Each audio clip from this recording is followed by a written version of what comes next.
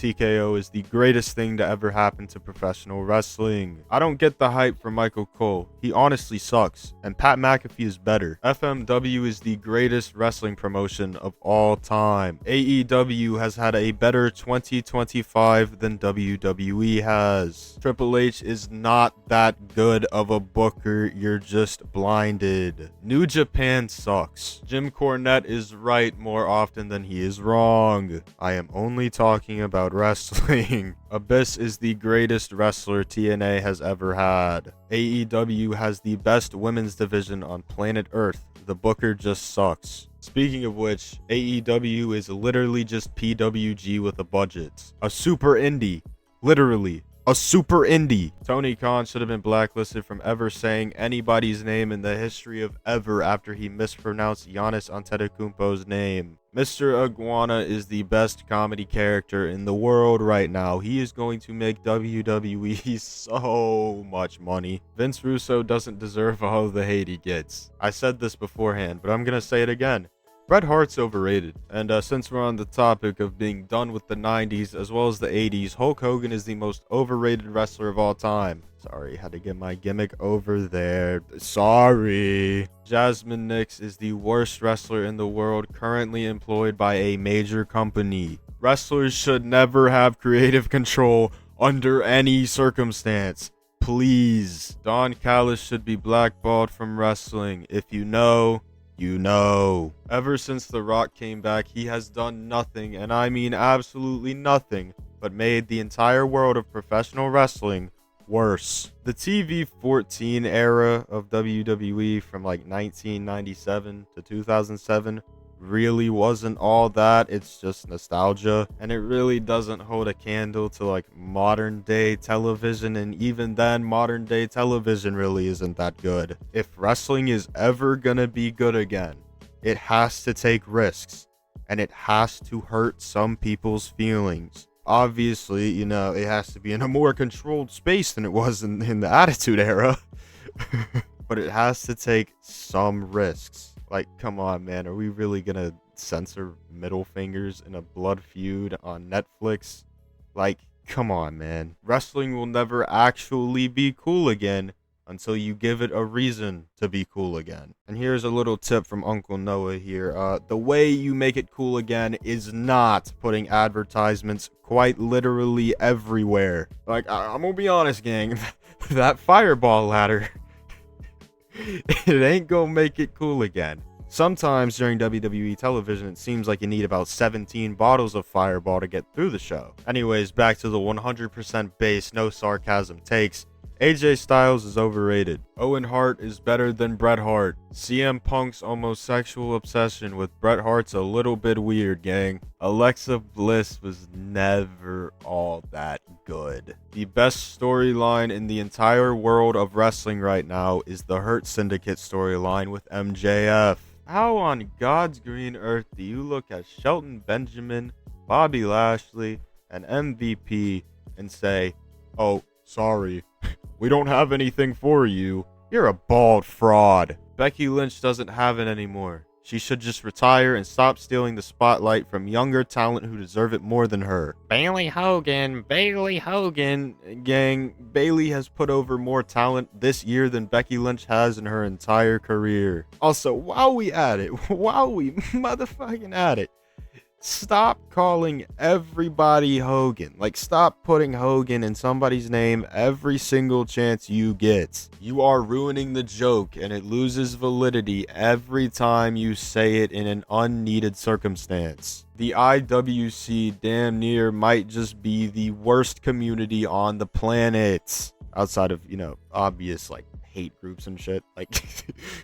Obviously, Mark Briscoe should be a world champion somewhere right now. Not gonna hold you, it's kind of crazy how Roosh and Jalisco just kind of, you know, advocated for the person that tried to kill Stephanie Vaquer. How they tried to advocate for his absolution and just like everybody forgot about it. Funny how people tend to forget about everything that their favorite wrestlers do. The only way to truly save wrestling in its current state is for somebody like a Vince Russo, obviously not as insane as Vince Russo, but somebody like a Vince Russo to come into the wrestling world. The current state of the product just around the world is not going to attract new viewers. Regardless of what WWE wants you to believe, no new viewer would want to watch the television bullshit they put out every single Monday and Friday. And even if AEW's on as big of a network as they are, they're still too damn niche to attract new wrestling fans. Wrestlers should try to unionize again.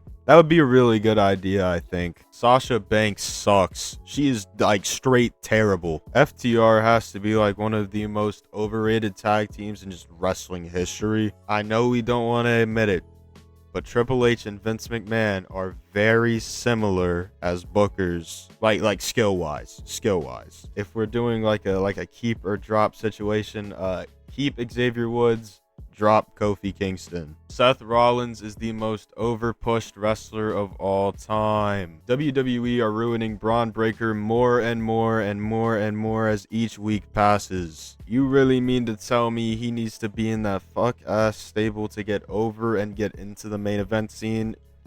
Shut up. Deathmatch wrestling is the best form of wrestling. I swear to God, if I see another Charlotte Flair match, I'm finna throw a brick through my television screen. Rhea Ripley ain't that good, gang. The majority of these NIL hires that WWE ends up getting suck. They should just use the indies. WWE ID is 400 times better than these shitty little NIL hires they make. Word to the vasectomy project that's on Evolve. If you look like a middle school boy, you shouldn't be in professional wrestling. Granted, they all three could still probably beat my ass, but I digress. Lyra Valkyria has carried the fuck out of Becky Lynch this entire little rivalry they've had. I don't even want to call it a rivalry anymore because it's not good enough to be a rivalry. Will Shitspray couldn't draw a dollar if you gave him a green crayon.